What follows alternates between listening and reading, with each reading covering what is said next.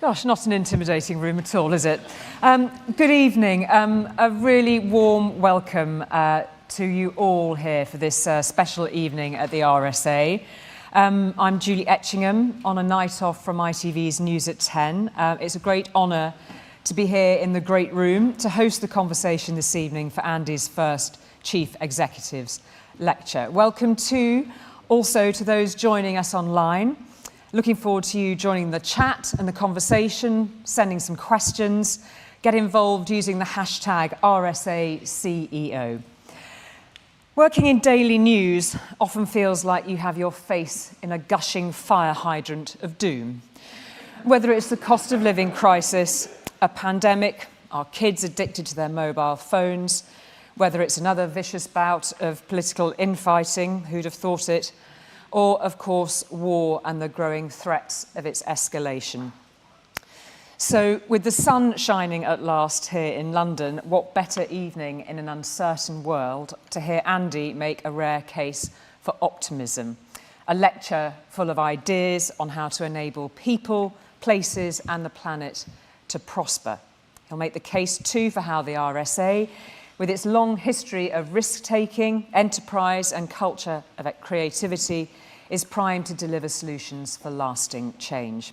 In this 270th anniversary year for the RSA, he'll talk too about the Design for Life mission and how the programme of interventions and local projects in communities across the country provide opportunities and inspiration too to strengthen the economy and society, hopefully, as a result. Now, I'll be talking to Andy about his ideas before taking your questions too, so please have them all at the ready. I'll be taking as many from the room and from the live stream as possible in the second half of the session. So without further ado, I'm delighted to introduce Andy now for his first CEO lecture here at the RSA. Andy.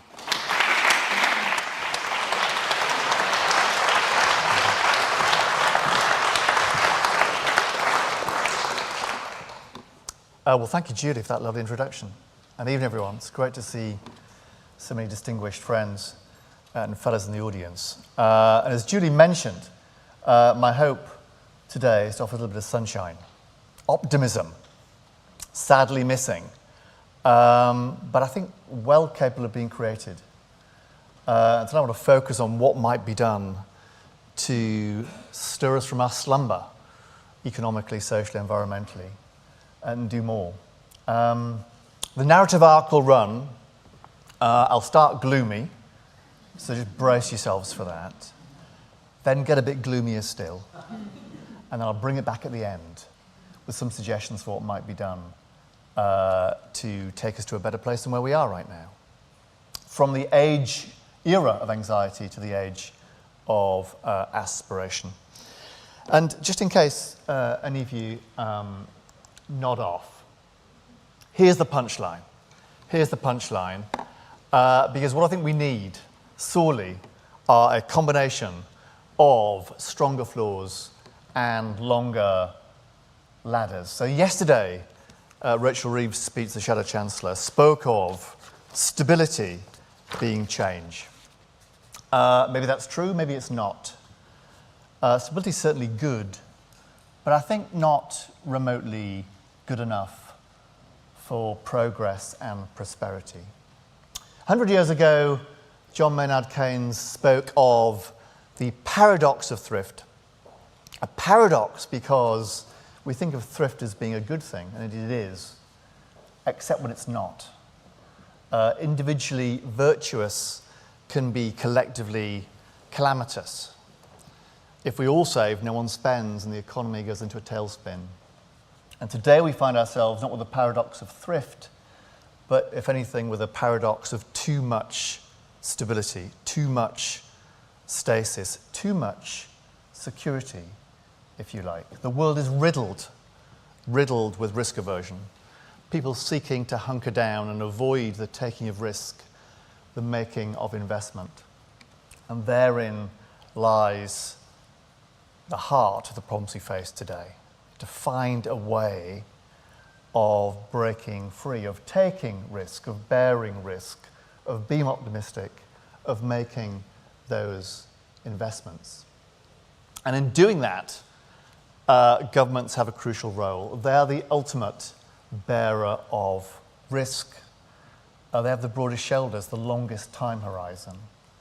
And they need to lead in making those investments, acting, if you like the anchor venture capitalist within society. So for sure, this is about capping the downside at a time of anxiety. But as importantly, it's about elevating and innovating the upside, investing in that upside. That's the stronger, longer ladders. And it's the ladders that are forming almost nothing of the current discourse publicly on what might be done. So tonight is about what might be done to fill that vacuum, to create not just the stronger floors, but those longer, stronger, aspirational ladders to success and growth. But let me start with a gloomy bit, because where we are today is not that. Where we are today is an anxious world, a generation of anxiety, if you like, in the words of Jonathan Haidt's recent book, and with good reason. So politically, half the world goes to the polls this year with fearfulness about what might come from those polls. There's been a steady drift towards more populist and extremist outcomes over the last 18 years, what Larry Friedman in the US has called a democratic recession. And of course, that's affected geopolitics as much as national politics. There are currently 100 wars, more than that, being waged globally, including, of course, the horrific ones in Ukraine and Gaza, Israel, alongside a set of trade wars of increased escalation. If I turn to the economy, we have had low and slow global growth for 15 years and counting. That showed up most obviously in people's pay packets, where here in the UK, once you adjust for inflation, pay stood still for the better part of 15 years.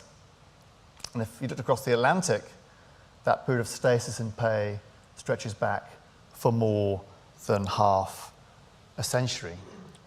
That's hit hardest the youngest. This will be the first generation in a century to be poorer than their parents and to have levels of home ownership that are back to those of their great grandparents. That social norm of generational progress is under threat. And so too, of course, our environment, the nature and climate crises.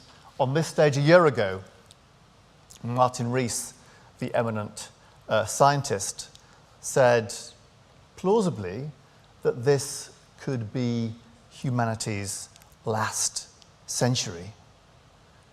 We're already a quarter of the way in almost to this century.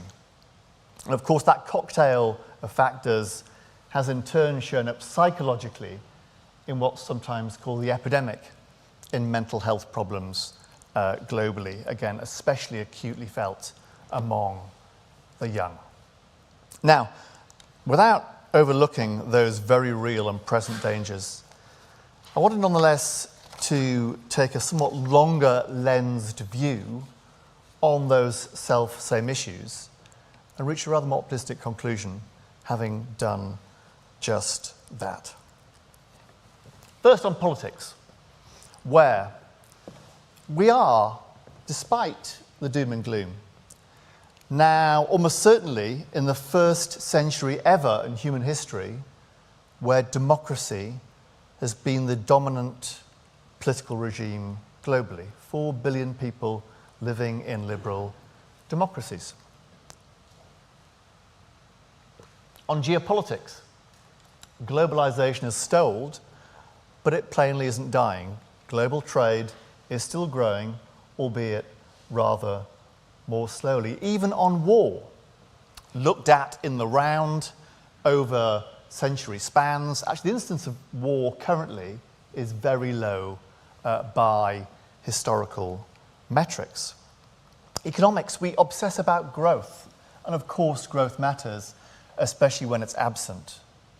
But what matters most to people's living standards, of course, is their level of income, not its growth. And on that basis, the world has in fact never been richer. Levels of poverty have never been lower, despite, of course, being far too high. On the environment, of course, these are the signature challenges. Nonetheless, if I compare the debate now with where it was a generation ago, it is night and day.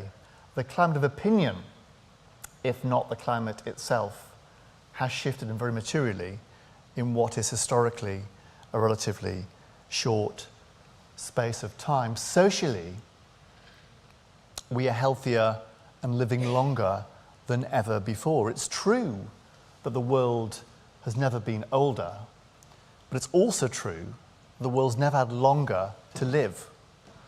The world is both simultaneously older and younger than ever previously.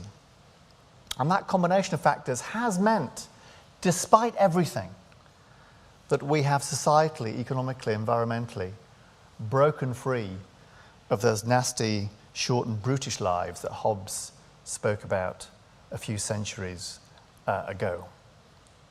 So not good, but not as bad on a long-lensed view as is sometimes portrayed. Now, that is then, what of the future?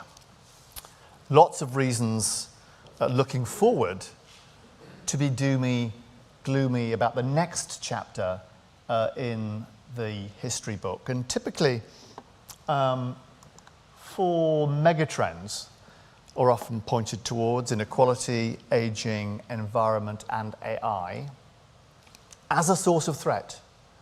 And indeed, they may well prove to be a source of threat. Any big shift poses risks, escalates uncertainties, but equally offers huge opportunity. That's also a lesson of history, and is certainly true of these four mega trends. Inequality in its many and various forms, whether it's socioeconomically or spatially or generationally, what that signals, first and foremost, is untapped opportunity in people and in places, which we know, if unlocked, if untapped, would have hugely beneficial effects economically and individually. The evidence is only too clear. The same is true of aging. In a way, as living longer lives ought to be, quite literally, the opportunity of our lifetimes. On this stage a few weeks ago, Andrew Scott stood and said that if we could make sure our longer lives are lived healthily and productively, that could boost growth by up to 1% each year, to say nothing of the well-being benefits that might harvest. The same is true of the environment. Speak to Nick Stern, architect and author of the very influential Stern Review.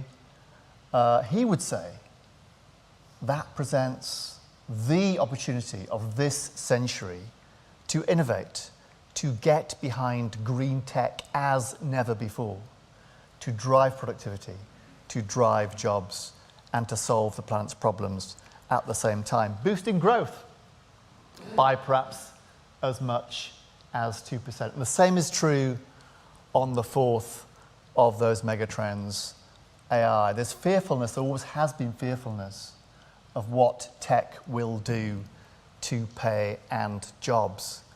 But as best we can tell so far, the evidence suggests strongly AI is a creator and enhancer of work rather than a detractor, just as it has been in the first three of the industrial revolutions of the 18th, 19th, and 20th centuries. What we can say with complete confidence is that these secular, strong forces will fatten the tail of opportunities and outcomes in society. It makes the lower tail more risky and is fearful of it, but equally clearly fattens the upper tail of opportunities. Which do we end up in? Well, ultimately, the choice, as in the past, will be ours. If we choose policy wisely, we can pick a point in the upper tail. We can break free of our Hobbesian chains because previously, with policy, we navigated ourselves into the upper tail. The same could, I hope, be true now with the courage of our convictions. Which brings me to where we are. So I would say right now the biggest risk we face is not bearing sufficient risk. The anxiety about change is causing us not to change rapidly enough. We know that risk does funny things to us. Instinctively, we want to shy away from it. But in doing that, we can make the risk longer term worse. And that's where we find ourselves, I think, at the moment. The instinctive response to uncertainty and risk is the absolutely wrong response. We need to find some ways of catalyzing risk-taking, optimism, and ultimately investment if we are to tackle and make a success of the challenges I mentioned. Where we are right now stands in sharp contrast to that. What we want is, in the words of Joseph Schumpeter, the economist, oodles, that's my word rather than his, creative destruction. And right now, there is far too little of that dynamism and creative destruction in many of our key markets and sectors and actors. Let's start with jobs, the jobs market in the UK. We have 9 million people in our workforce, 1 in 5, neither working nor seeking work, neither learning nor seeking education, inactive in the jargon, but a diagnostic on a lack of dynamism in our jobs market. And even for those that are in work, what we found over the last 10 or 15 years is that people are hunkering down. Rather than moving job, they are sticking rather than twisting. You might say that's understandable, but it turns out that the surest fire way to get a pay rise, as I know to my cost, having only moved job once, is to move job. And people are not doing that. That's among the reasons why we've seen this stasis in pay over the last 15 years. What's true of workers is true equally of businesses. They have not been either creating or destroying jobs. Rates of job creation and destruction are also 50% down on what they were 15 years ago. It's true of businesses generally that they have not been destroying themselves, going bankrupt in anything like the way they have historically. Too little of that creative disruption in a way that's had a real cost. And the real cost has been felt in people's pay packets, but also in levels of productivity. Productivity in the UK has stood still for the better part of 15 years and counting. You go right back to the Industrial Revolution to find a similar period of stasis. And where productivity leads, pay then follows. And if you asked why it was productivity stood still, it's because of a long and lengthening tail of companies for whom productivity is both low and has stood still. Creative destruction too low for too long has generated that stasis in pay and in productivity. And it shows up too in our inability or unwillingness to invest for the future. No better diagnostic on lack of optimism than a lack of willingness to invest. And across the UK, both public and private, we find rates of investment that are way below our competitors in other countries, between 5 and 10 percentage points below our competitor countries. And that shows up right across the distribution of UK companies, but is no more evident than at the top end. Well, if you looked at the average age of the top largest British companies and the top largest US companies, they differ in age by a century. The US big companies are energetic adolescents, and the UK's are bedbound geriatrics. And there is no probably better diagnostic on the ossification of the UK corporate sector, I think, than that one. If you asked why, among the reasons are not just risk aversion and lack of optimism by businesses, but also the self-same features of those financing businesses. So over the course of the last generation or so, we've seen UK banks cutting back sharply their lending to British businesses, from around a third a generation ago to single-figure fractions of their balance sheet now. If you thought that was bad, it's even worse if you look at how non-banks are now investing, or indeed not investing, in British businesses. A generation ago, a third of their balance sheet went towards financing business. Today, between 1% and 2% of their balance sheet goes towards financing UK businesses. That financial fuel from both banks and non-banks has been cut short over the course of the last decade or so. And that's true of UK public sector behaviour as well. When it comes to our willingness of our government to invest for tomorrow, we find ourselves again languishing towards the bottom of international league tables for investment, and falling from here. A collapse in Schumpeterian creative destruction, a rise in collective risk aversion is not a recipe for dynamism. It's not a recipe for investment. It's not a recipe for growth. And it hasn't been. And that takes us away to the point I raised at the very beginning. This paradox of stability. You can have too much of a good thing. There's not too much change right now, there's too little. We are bearing too little risk, we're investing too little for the future.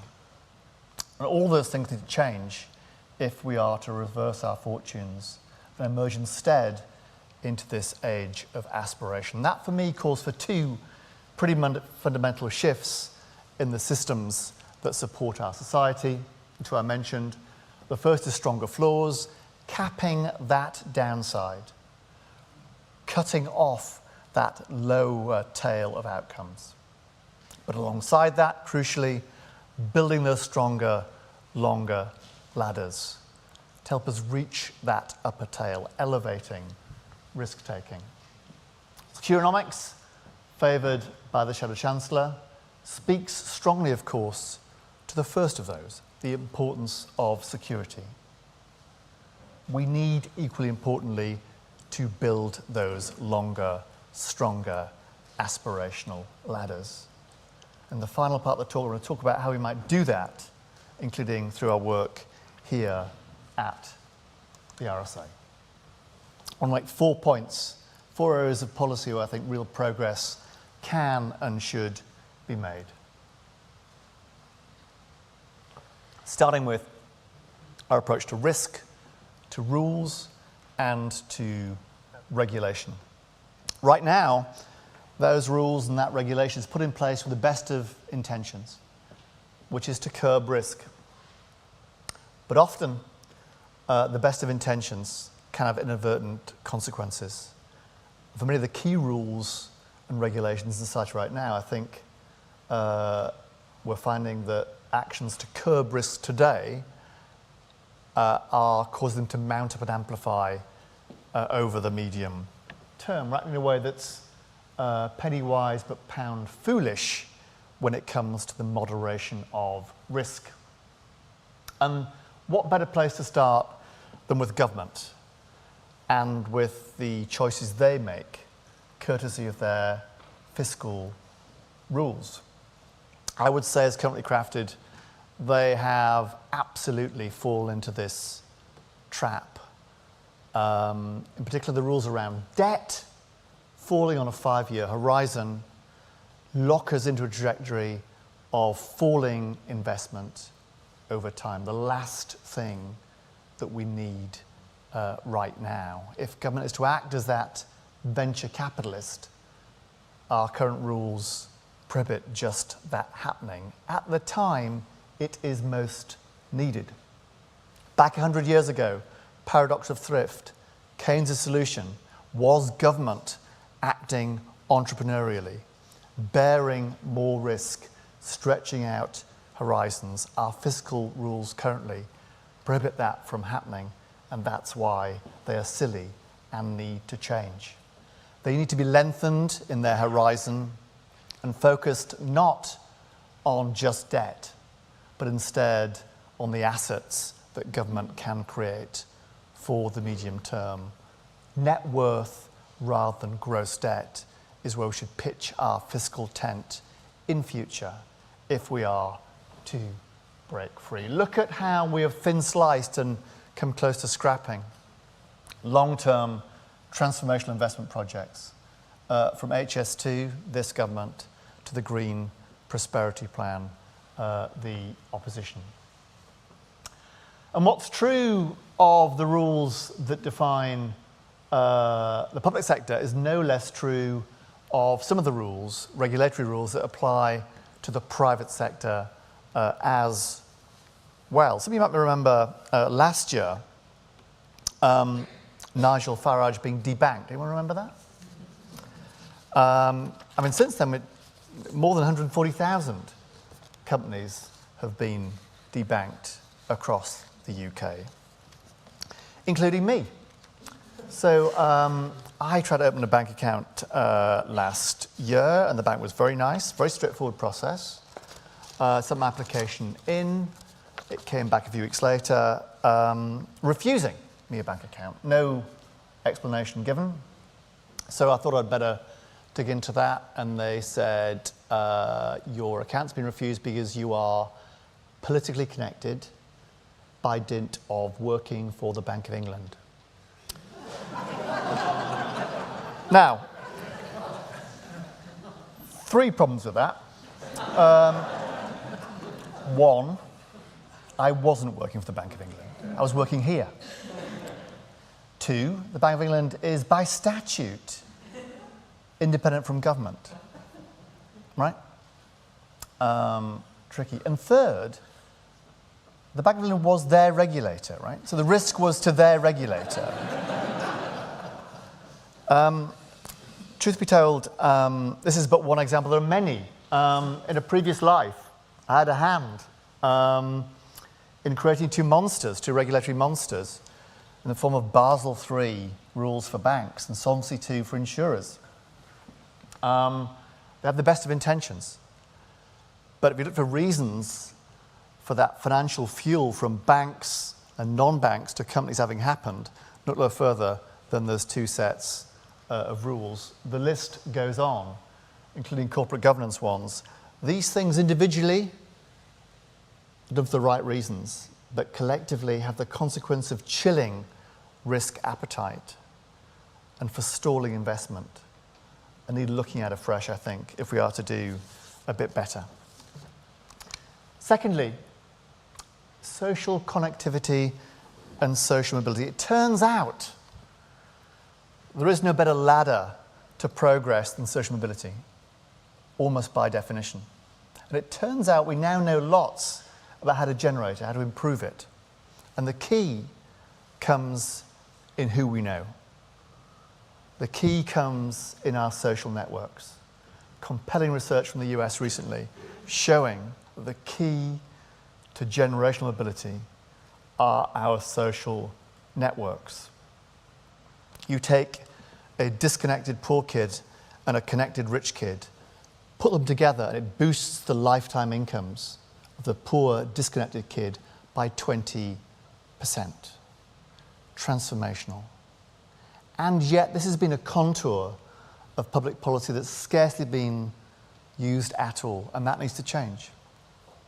We have structurally underinvested in infrastructures to support social connectivity and cohesion, so-called social infrastructures like sports and parks and community centres and leisure centres.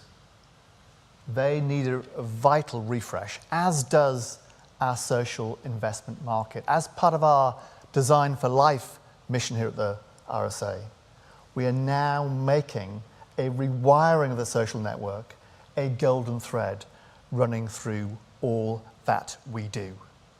In schools, in sports, in the workplace, and in digital media in their many and various forms. A whole new contour of public policy that is ripe for doing better, much better, on social mobility that's been static for the better part of 50 years and counting.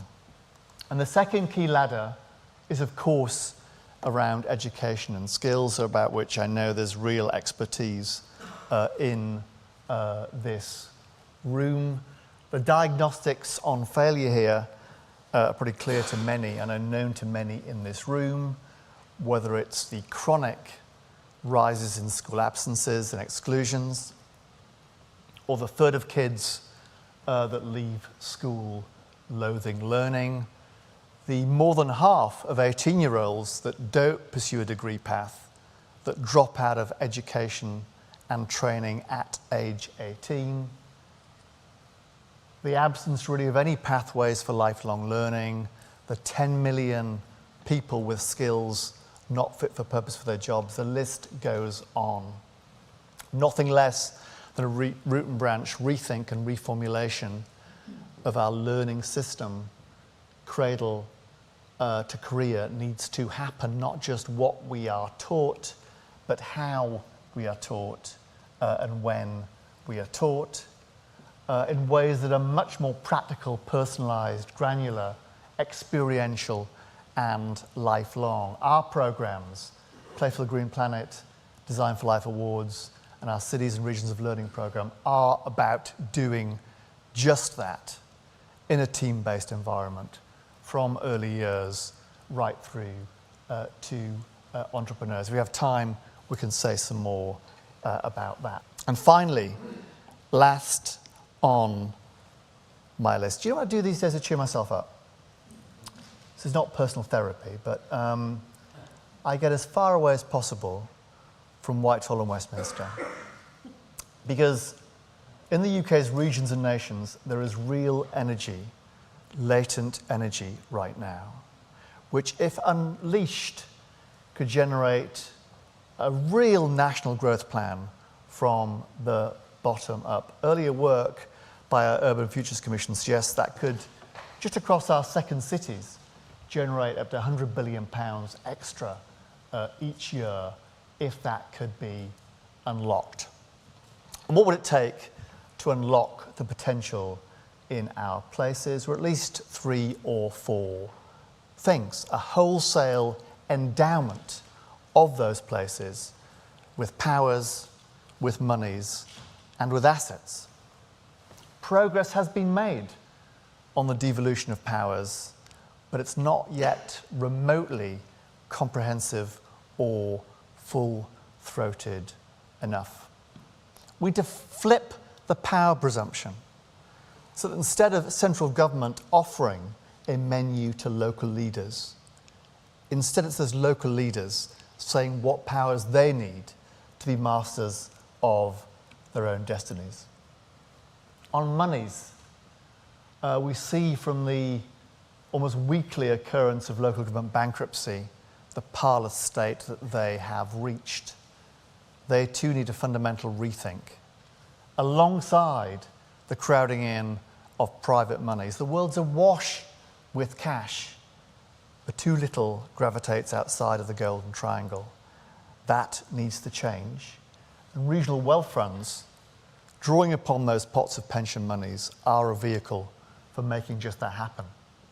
And finally, on assets, the government, central and local, is sitting on £1 trillion worth of assets that, if endowed locally and regenerated courtesy of the private sector, could harvest huge returns at the local level for generations to come. We, working with local leaders, are trying to unlock a bit of that potential, including in the creative industry sector through our One Creative North initiative, working with Baz and others across the sector.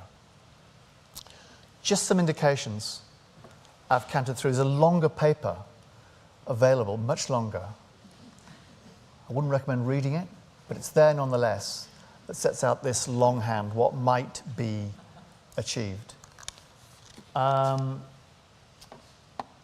game of life, the game of policy is one of snakes and ladders, and right now it really is a question of suppressing the snakes, capping the downside, strengthening the floors, but as importantly, lengthening and strengthening those ladders, those aspirational ladders, a contour of policy that's sadly too absent from our public discourse just at the moment. I hope the RSA, with its 270 years of history, founded on optimism, innovation, investment, can help turn the dial on all of that, Julie. This is what makes me optimistic, not just about the RSA, but for the world it's seeking to change. I look forward to having a conversation, discussion with you in the room about how we might do that collectively. Thanks everyone for listening.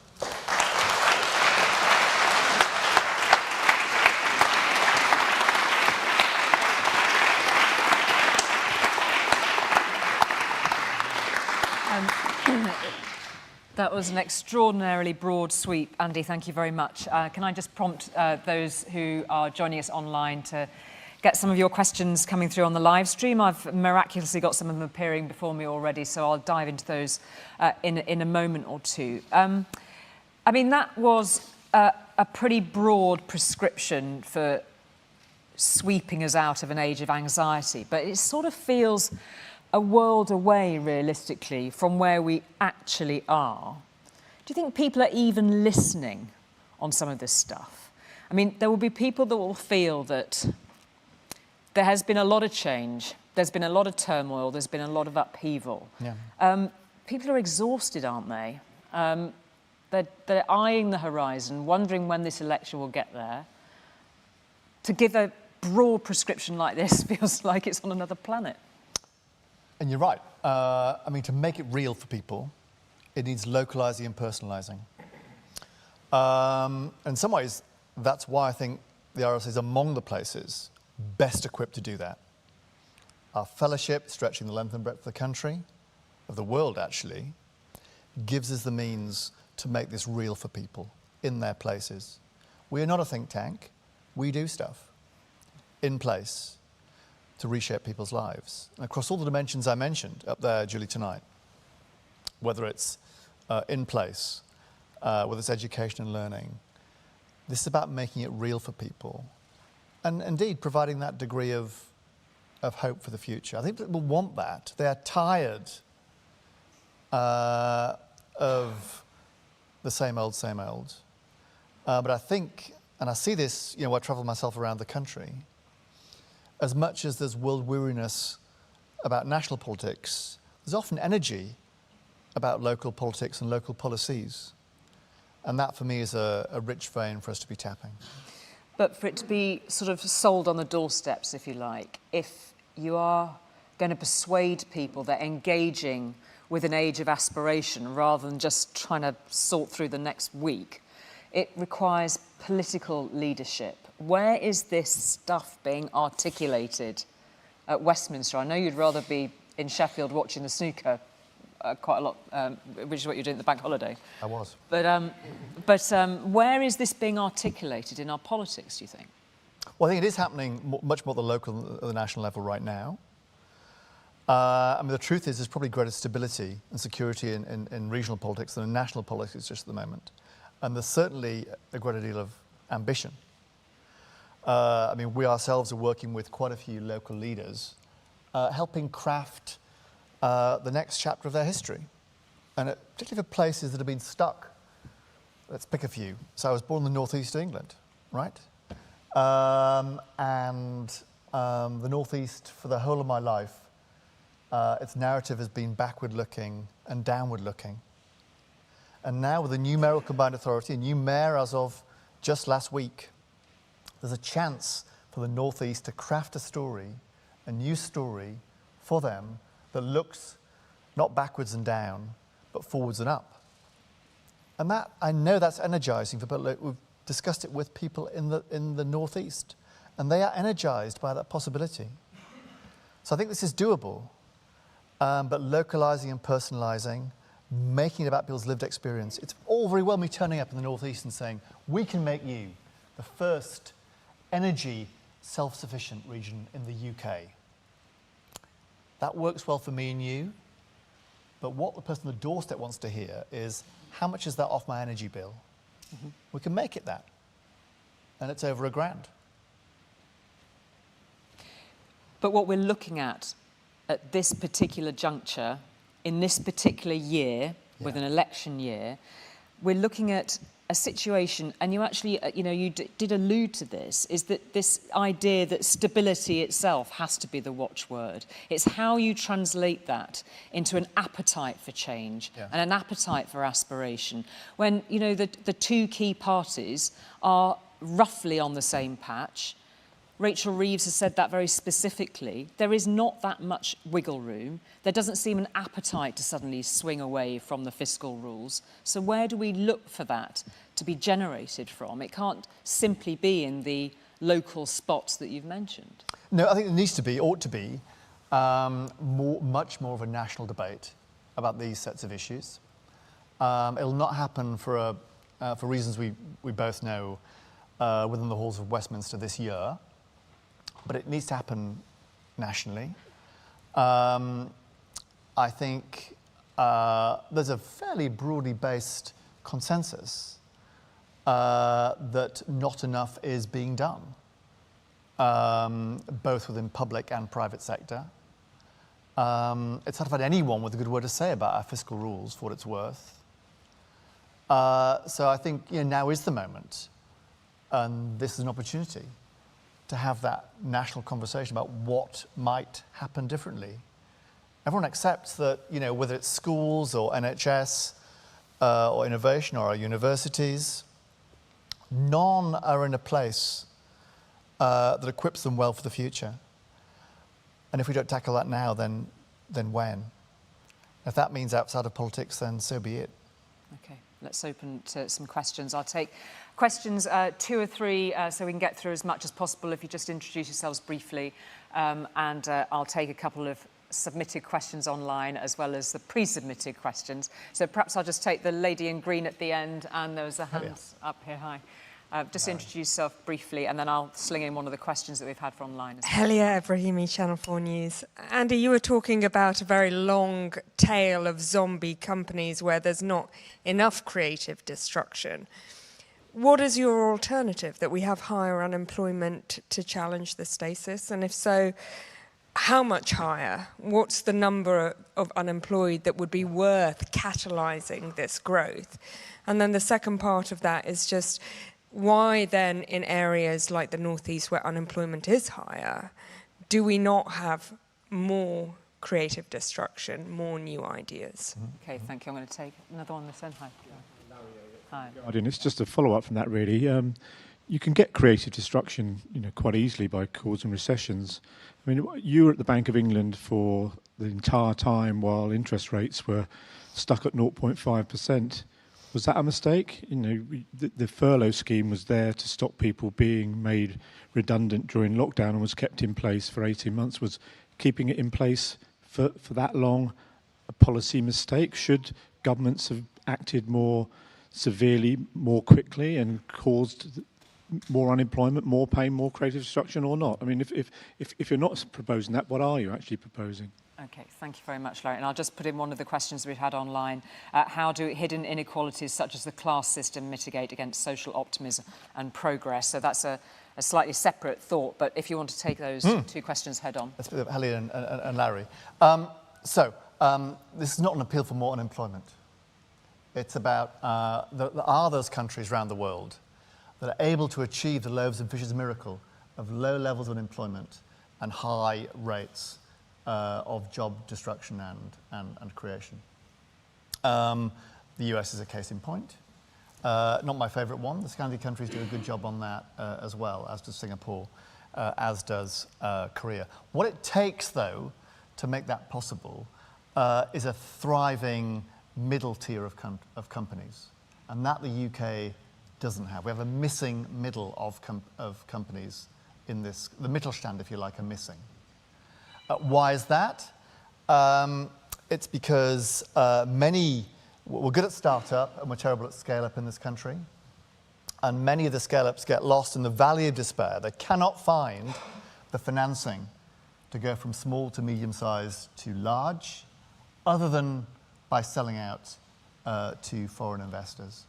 So there's a whole bunch of things that could be done that you and I have discussed on various occasions, Helia, previously, that ought to be done to help provide that middle-tier financial fuel, including the regional wealth funds I mentioned up here, including supercharging our catapults across the UK. And to Larry's point, were rates held too low for too long? Well, I was voting for rising them before I left, Larry. So I must think the answer to that was yes. But more seriously, was it the case that there were some collateral costs from rates being as low as they were for as long as they were? I think there probably was. That bankruptcies probably were suboptimally low for too long, and that meant that more companies than would otherwise have been the case were allowed to survive, not thrive, only survive. And that explains that long and lengthening tail of low and slow productivity companies, and therefore the low and slow aggregate productivity picture that we've experienced. Now, I think in terms of where we are now, this is not an appeal for more bankruptcies. This is an appeal for more dynamism within our companies. I've suggested one or two ways in which that might happen to Helia. The third question... That was, yeah, and I thought it was a slightly different point, but a really good one to bring in, because it gets to the root of what you're arguing to tackle amongst young people, the root of inequalities such as the class system, mitigating against the social optimism and progress. And just as a follow-up to that question, you talked about the value of getting wealthier kids in touch with kids from poorer backgrounds and the potential outcomes of that. How do you even do that when kids aren't even pitching up to school? I mean, there's a whole area there with very, very potent questions in. There are. And on the education and learning front, I think some of this goes to the way we go about the teaching process, that the chalk and talk backed up by examination model, which in fairness the RSA helped create 150 years ago, doesn't suit a great many learning styles. That puts kids off, they're not turning up, they're being excluded because they're not behaving when they do turn up. That needs to be rethought, I think, in a pretty root and branch way. We're now in a world, one of the good things I think that AI could and perhaps should do is to enable us to personalise learning to a far greater degree than has ever been the case in the past, to attune it to people's learning styles and neurologies. And that would help, I think, in getting people back on the learning ladder. And then within that, we should think imaginatively about how our schools come together. In the US, there has been very active experiments about basically randomizing who goes where skills-wise. So that we do have people from very different backgrounds mixing in a way that does not disadvantage the already well-connected, but does provide a huge leg up to those that aren't. But you've got to admit that feels like a world away from the situation that we have that is set pretty solidly, isn't it? Well, I don't know how solid. I mean, again, I find it hard to find many people that think our current education system is working well. There's appetite for change. There's not agreement on what type of change. Okay, a couple more questions from the floor and one for... let's take a lady there, please, on the right-hand side with the glasses. Thank you. And then we'll take the gentleman in the middle there. Thank you. Thank you, Andy. Elizabeth Baru. I coach on a Future Leaders group programme. And future leaders do manifest a lot of anxiety and stress. How do you create hope? How do these leaders create hope in their organisations, for their teams, for the people working for them? Thank you very much indeed. Thank you. And the gentleman. And Ian Anderson, thank you, Andy. I'm feeling much less anxious. Go for that. And thank you for your support on my recent work on government and business investment. And out of that, one of the things that came up, and it really struck me in terms of what you said tonight, was I went to see one of the systemic regulators, not the place where you used to work, but they said to me, we are looking for the people in Whitehall to tell us what level of risk they want in the system. So having been one of the systemic regulators, and now here, to do this prospectus, what level of risk do we need in the system? Okay, fantastic, thank you. And I'll just take one from the online questions. And actually, it does dovetail with that rather neatly. Should the question not be, how do we manage collective societal risks so that we can achieve progress? It's that management of risk, the appetite for risk, and also a key question about leadership and anxiety there. Yeah. So on the great, all the great questions on the first one, how to lead well in that anxious world. Well, I mean, I think you can legitimately at the moment tell a story of us really being on the cusp of a genuinely fourth industrial revolution. And that ought to be a source of fearfulness. I mean, it always is. But history at least suggests that there's much more opportunity than there is threat if we play our cards right, if we lead well, if we choose to manage tech rather than have it manage us. I do think that ought to be, it's not always, but ought to be a source of leadership optimism in all of our organisations, and including across the public sector as well, as the AI announcements around the NHS at the last budget demonstrated.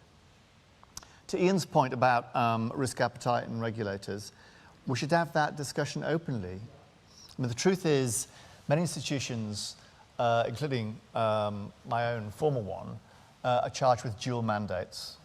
All our regulators are given dual mandates, but where the growth or competition objective is very much secondary. Interestingly, the same is true of our Treasury, also with a dual mandate: stop the country going bust and grow the economy. Those two, I would argue, often mean that growth comes second. We end up with a fiscal first Treasury, and that too, I think, needs to change for this environment in which we are bearing societally too little risk rather than too much. Let's have those discussions. Let's have the discussions openly. What better time than now to be having those discussions? Because what is clear is that unless we put more heft and more risk capital to work, I don't see where growth comes from. Thank you very much indeed. We're going to run the session a little bit longer so we get a couple more questions in. I'm going to take one of the questions that was actually pre-submitted, just to sling this one in. How do we create social change in such a divided landscape when big tech and algorithms are doing everything to divide us? So we'll just plant that one there. A gentleman at the back there, and then the lady one row back from the back, thanks. Hello. Thank you very much, Andy. It was a fantastic presentation.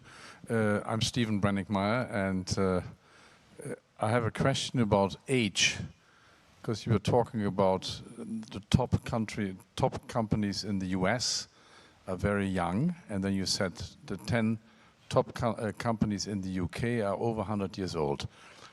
Our family business is 183-year-old, and we're in the 6th generation.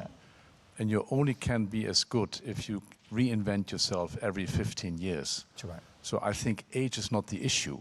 Maybe you can talk about that. Thank you. Yep. And then the lady in the centre there, hi. My name's Georgia. I work in public affairs and consultancy. And I was wondering how important you think public buy-in is to these kind of big long-term changes, both, securing the floor and extending the ladder, and how in the kind of time of such chronic need socially and economically do we make sure that politicians have an incentive, and not just politicians, regulators, an incentive to make long-term decisions, not just kind of the politically viable short-term ones. Yep. There's Great. Quite a range of stuff there. Quite a range. Let me pick some of those up, do them in reverse order. You have to remind me as well. Yeah. On long-termism, we'll not shift electoral cycles, but we can legislate to make it easier to stick to a course for the long term. Done that with net zero.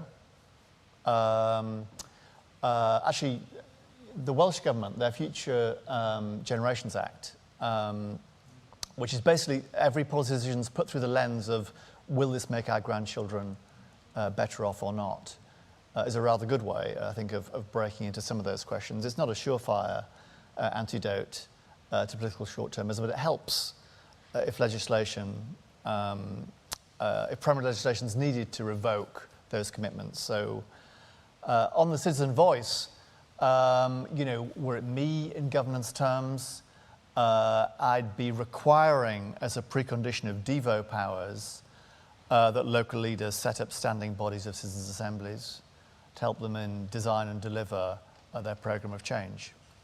And that would help, I think, and that's also the route that the Welsh and Scottish governments have gone down with, I think, with a degree of success. On Stephen's question, I'm conscious now you've said it, Stephen, that I may have made an inadvertently ageist comment, albeit about companies rather than people. And you're quite right. I mean, age by itself is not a blocker, provided businesses reinvent themselves, whatever the right cycle is, 15 years, and are agile. So it's not just about age, but it is about investing, because agility comes from investing in transforming yourself. And there's too little of that across British business just at the moment, regrettably. And finally, your final question was about the algorithms algos, of big tech. what might be done. Again, no perfect antidote. But I do think it shouldn't have taken a COVID to remind us of this, but it underscored, I think, for many of us, the importance of getting together in person. That's been the essence of the RSA for 270 years. There's nothing like meeting people together to resolve those divides. It's quite a hard sell for the young generation who know that is their network, though, isn't it? It's a hard sell, but a necessary sell, I think, because I'm not close to social media, but what I see is people talking past each other in a very angry way all of the time, and are coming together for a reasoned debate and discussion is what we need. And the public square, the public fora like this one, are a vehicle, as are citizens' assemblies, a way of talking through issues and not talking past one another, and that I think we sorely need right now. Okay, a couple more questions and then we're nearly there. I think there's a gentleman at the back with his hands raised there, and a gentleman at the front here, and then I'll take one more online, and then it might be time to get a drink. Thank you, Andy. Thank you, Andy. You didn't mention housing, and I was thinking that for a lot of people, they've either got a gigantic mortgage or a very insecure tenancy, Yep. and neither of those are very good for. They make you rather risk averse. Yep, you're right. Thank you. Yeah, hi. Phil Aldrich at Bloomberg. The 10 years of poor productivity coincided with that era of zero interest rates and QE. And you did just say that there were some collateral costs. I just wanted to, with that hindsight, what do you think should have been done? I mean, because obviously there's also, I mean, how much responsibility do central banks potentially bear for this period through zombification or capital allocation issues, etc.? Thank you. Don't take those two and then I'll slim one in. So on housing, you're right, I didn't touch upon housing, a crucial, absolutely crucial issue to fix, and plainly, given the market that we have, broken as it is, a key source of insecurity, particularly for those renting now. The rental market's grown hugely off the back of the unaffordability of owning a house, and that is compounded those anxieties. Ultimately, redemption lies and has to lie in us building a lot more council or social housing. We started building only half the number of houses we need from the mid-70s. That's the point where the council house tap was turned off. I don't see anything that makes me think we'll be able to turn it back on, short of retracing our steps on that front. As part of that, we'll need to look completely afresh at the taxation of housing, which is an utter shambles.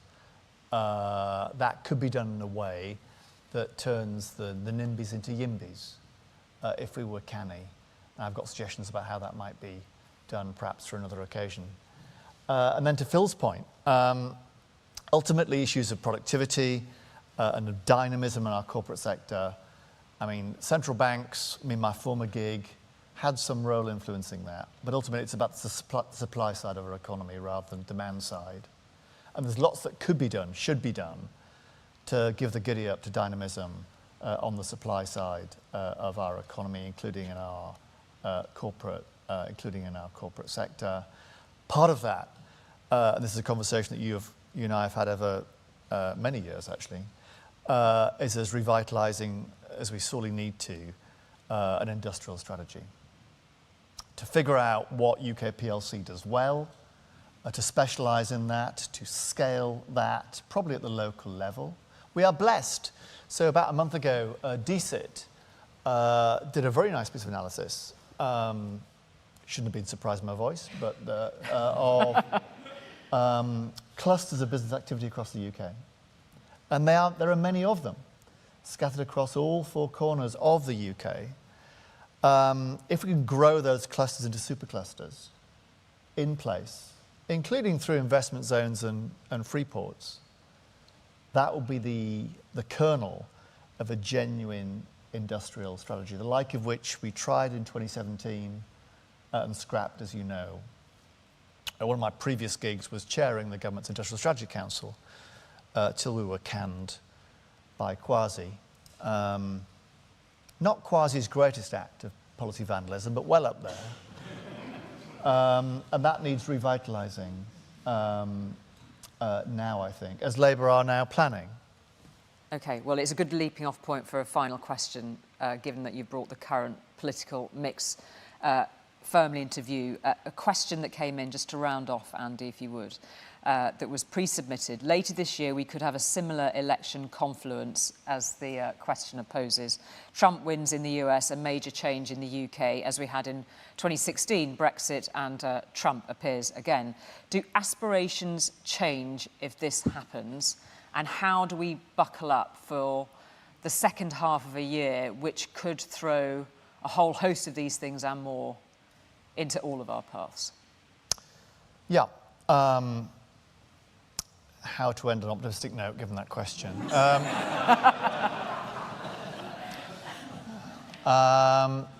said Trump first. I mean, who knows?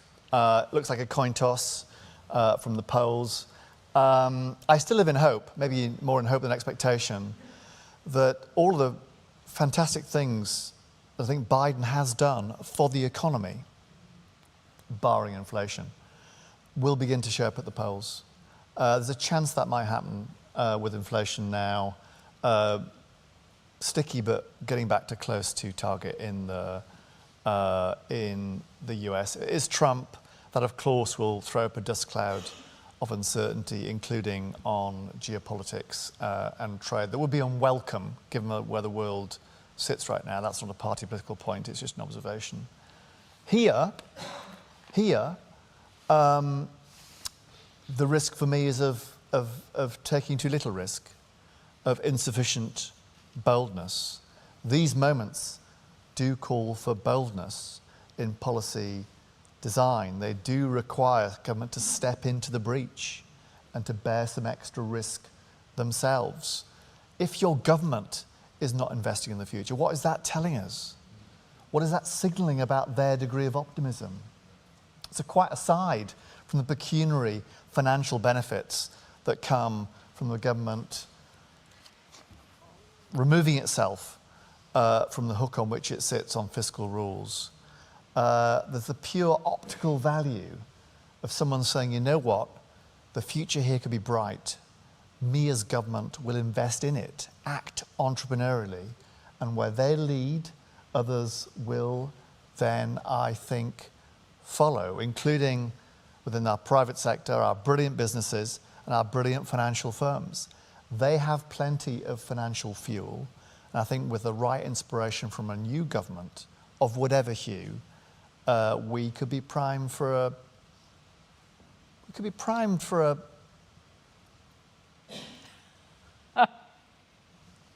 age of aspiration. Age of aspiration. Funny that, Andy. Thank you very much indeed for that, and thank you very much indeed for all of the questions, both here on the floor and online too. If you're an RSA fellow, you can keep the conversation going on the digital platform Circle. So click on the link and you'll see posted that's posted online now, and you'll be taken through to a dedicated chat space to share your thoughts on everything that we've been discussing tonight with fellow members of our global changemaker community at the RSA. I know Andy already mentioned that he's going to post his full lecture in its entirety, which actually ranges over a slightly broader turf as well, having read it on the way. Even broader turf. So you can check that out online too. You can find out more about the RSA and the amazing activities planned for its anniversary year, also on the website. We're going to gather for drinks in the Benjamin Franklin room. All here are very welcome for that. And it just remains for me to thank you all for coming, everybody online for engaging so brilliantly. There were so many questions, couldn't possibly get to all of them. But most of all, Andy, a great thank you to you for all of your insights and thought-provoking comments, which I know everybody will take away and continue to unpack. Thank you very much.